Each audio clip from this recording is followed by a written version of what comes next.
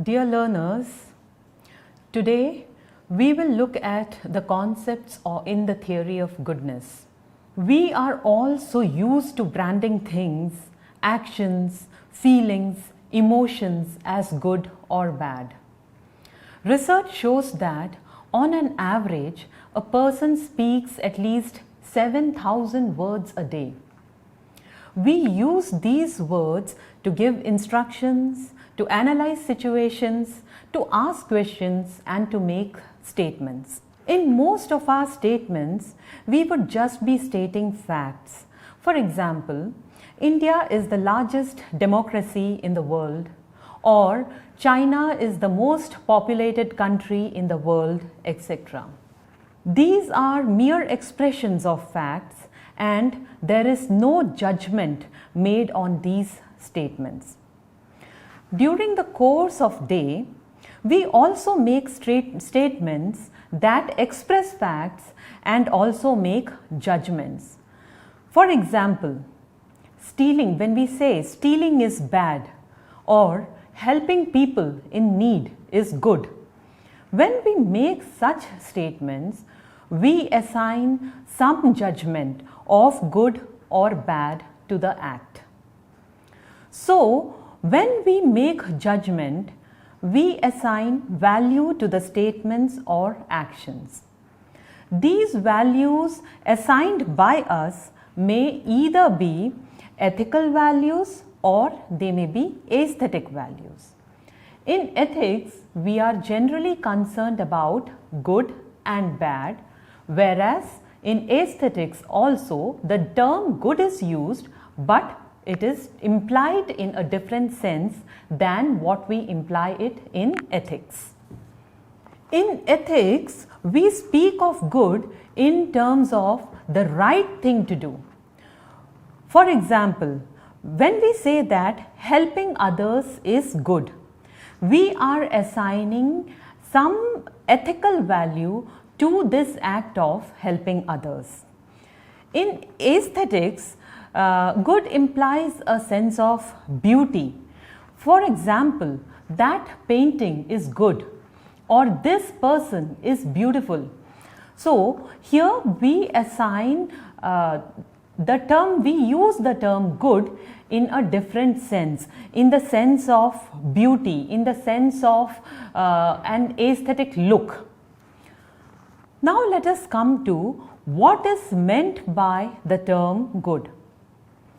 According to ethical naturalism, the term good is dependent on majority approval of anything.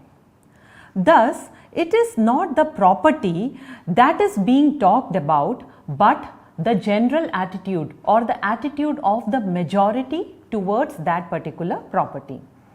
Hence, the ethical term good can be translated into non-ethical without changing the meaning of that term.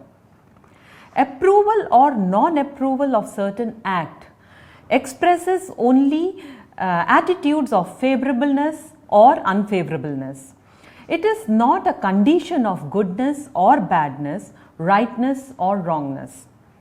Even if people approve certain acts as good or right, it does not follow that the right act is necessarily right, because the majority can also be mistaken.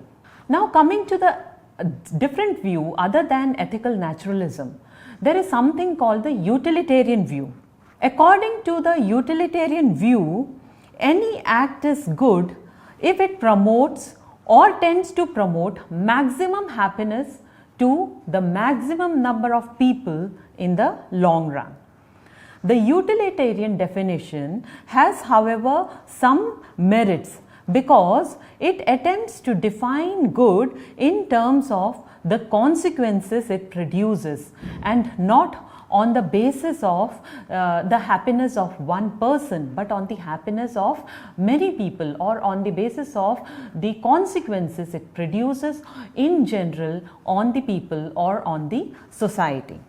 Now coming to another theory, that is the consequentialism or the teleological theories. These theories give good priority over the right. It is a class of normative, teleological, ethical theories that holds that consequences of one's conduct are the ultimate basis for any judgment about the rightness or wrongness of that conduct. The term good is defined as an end or the objective of human action. Here, what is the objective? The objective is greatest happiness of greatest numbers, which means that the happiness should be, the act should be such that it generates happiness, it creates happiness among large number of people, among greatest number of people. This view evaluates moral actions in terms of whether they contribute to the good. The results or consequences determine the rightness or wrongness of the action. So, whether a particular act is right or whether it is wrong, it all depends on what kind of result or what kind of consequence that particular act generates. For example, suppose that by killing a person X, an entirely innocent person, this person X is an entirely innocent person, but by letting that person die, if we can save the lives of 10 other innocent people. So, in this situation, a consequentialist would say that killing X is justified because it would result in only one person dying rather than 10 people dying. Whereas a non-consequentialist would say that it is inherently wrong to murder people and will refuse to kill X, even though not killing X leads to the death of 9 more people than killing X. So, here we see the difference between a consequentialist and a non-consequentialist.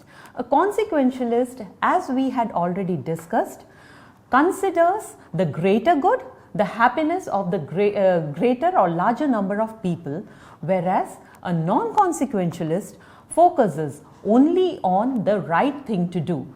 In this, the non-consequentialist does not bother or does not care whether it will be good for many people or whether it will be bad for one person. They will concentrate only on what is the right thing to do. Now, coming to the deontological theories. The deontological theories argue the priority of the right over the good. Actions are intrinsically right or wrong without any regard to consequences they happen to produce. In short, certain actions are intrinsically good or bad, right or wrong. Their goodness or badness, they do not depend on the consequences they produce. For example, if I as a person am performing my duty with sincerity, then I need not bother about the consequences. So, this is what the deontological theory says. It focuses on doing the right without giving or without bothering about what might be the consequences of that particular action. For example, the speed limit in a particular area for any motor vehicles, for cars, is 40 kilometers per hour. But now you are on your way to office and you see an injured person lying on the road who needs to be taken to the hospital. You are a kind person, you stop by to take that person to in your car, you give lift to that person in your car and you want to take that person to the hospital. But in your effort towards helping that person to reach the hospital fast, if you exceed this prescribed speed limit of 40 kilometers per hour when you cross that particular area, then according to deontological ethics, this action of yours will be wrong. So, you see how the deontological theory values what is right, or doing the right thing no matter what the consequences. Now here, if you restrict yourself to the speed of 40 kilometers per hour and the person is badly injured, the injury of that person may be aggravated, the person may lose his or her life, but according to the deontological theory, good is when you do what is right, no matter what the consequences. Now let us look at what kind of things are good. If people do not value certain things above others, then there will be no judgment about what is good or bad. We value things we like or prefer over something else. Again, there is a difference between value and preference. Something may be of value even though one does not prefer it. For example, not every student prefers to study, but studying is a valuable thing to do. So, you see how studying doing something of value is different from preferring it. Let's take another example. For example, eating green vegetables is good for children, is good for increasing their iron content, it is good for their eyes, but the children may not prefer to eat green vegetables. They may like to go for Maggi, or they may like to go for fast foods like pizzas and burgers. So, you see that there is a difference between value and preference. Now again, coming to value, value is considered in two senses: a liking or preference, and secondly, that which promotes a goal independent of one's liking or preference. Like we had already discussed, eating green vegetables is good, but you may not prefer it. So, you preferring something, when you prefer something, you add value to that thing. But you also add value to a thing irrespective of your preferences when it promotes your goal or it promotes a greater good. Another way of looking at value of things is, there are things which are valuable in themselves, and there are things which are valuable as a means to some further end. Let us look at it in more detail. Some things are valuable as a means to attainment of certain other things. That is, they are means to some ends. For example, a proper or balanced diet leads to good health. So, it is a means to attain good health. Another example is money. Money is good only as a means to some other things like material comfort, freedom from certain fears, happiness, peace, etc. But money by itself will not have any value unless it is used for attaining some other means, for attaining happiness through some other things. So, you see that some things are valuable as a means to attain some other things. Again, is everything that money can buy good? No. Thus, things may be of intrinsic value or instrumental value. Now, what is intrinsic value? Intrinsic value is the ethical thing that an object has in itself or for its own sake. An object with intrinsic value may be regarded as an end or an end in itself. For example, a good person or a good vacation or a good walk. These things are good by themselves because goodness is an intrinsic part of them. For example, a good person is good because that is that person's intrinsic value. Now, there are two different views in basing the intrinsic value. One is the subjective intrinsic value and the second one is objective intrinsic value. Now, let us look at what is subjective intrinsic value. Subjective intrinsic value means something has intrinsic value if it is valued for what it is rather than for what it can bring about. Subjective intrinsic value is created by valuers through their evaluative attitudes or judgments. It does not exist prior to or independent from these. For example, personal mementos or cultural and religious artifacts or ceremonies and rituals, accomplishments, performances, or maybe even for example historical sites, they are valued intrinsically by people for a variety of reasons. For example, personal mementos may be valuable to you because of what they represent, or maybe a historical place may be valuable to you because of its history. A scenic place may be of value to you because of its beauty, or some accomplishment or your performances on stage, etc., may be of value to you because what it embodies or what it means to you. So this is called subjective intrinsic value. Now let us look at the objective intrinsic value. Objective intrinsic value is not humanly conferred. If something has objective intrinsic value, it has properties or features in virtue of which it is valuable, independent of anyone's attitude or judgment. This is typically thought to be the case with respect to the value of persons. For example, people have value in virtue of what they are, not because others value them. Their value is not conditional.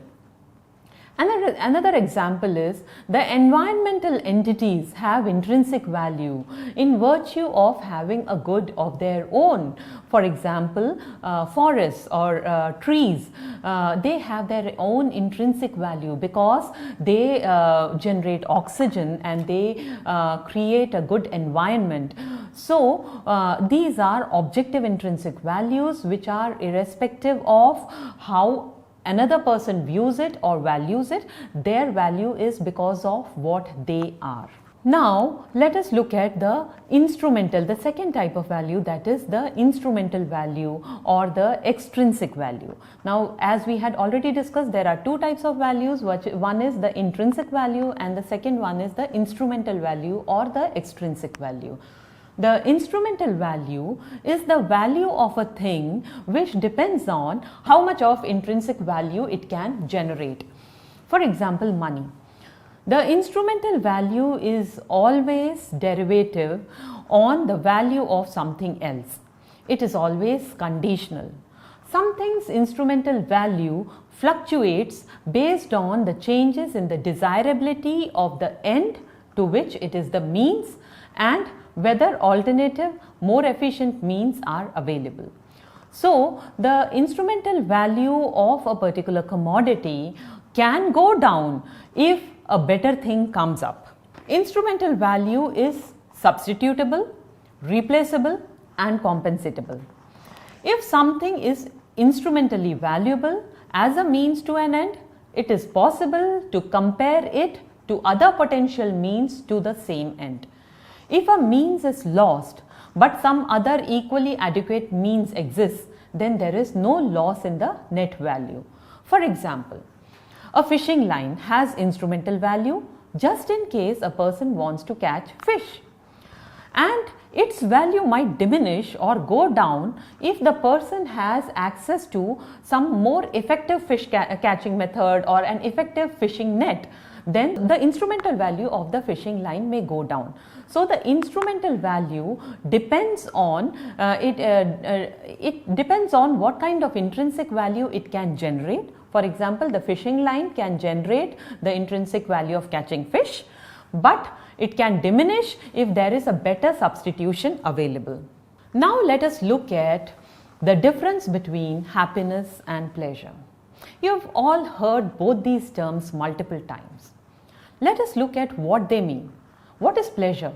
Pleasure is a certain kind of consciousness, not verbally definable. It is a psychological state. For example, pleasure of eating, drinking, taking a walk in the morning, reading a book, contemplating works of arts, listening to music, engaging in conversation with friends, etc. These are all pleasure-giving activities. Now, pleasure may be physical or it may be mental or spiritual. Now, let us look at what is happiness. Happiness, on the other hand, consists of the sum of pleasures. A person may experience numerous pleasures without being happy, but he or she cannot be happy without experiencing pleasure from some source or the other. Sources of pleasure, of course, count much more towards happiness than do any other reasons. For example, healthy attitude towards life is more conducive to happiness than striving for wealth and glamour. So now you have seen the difference between pleasure and happiness. Let us now look at the theory of good. What is the theory of good? So far we discussed various concepts that are used or various concepts that are relevant towards the theory of good.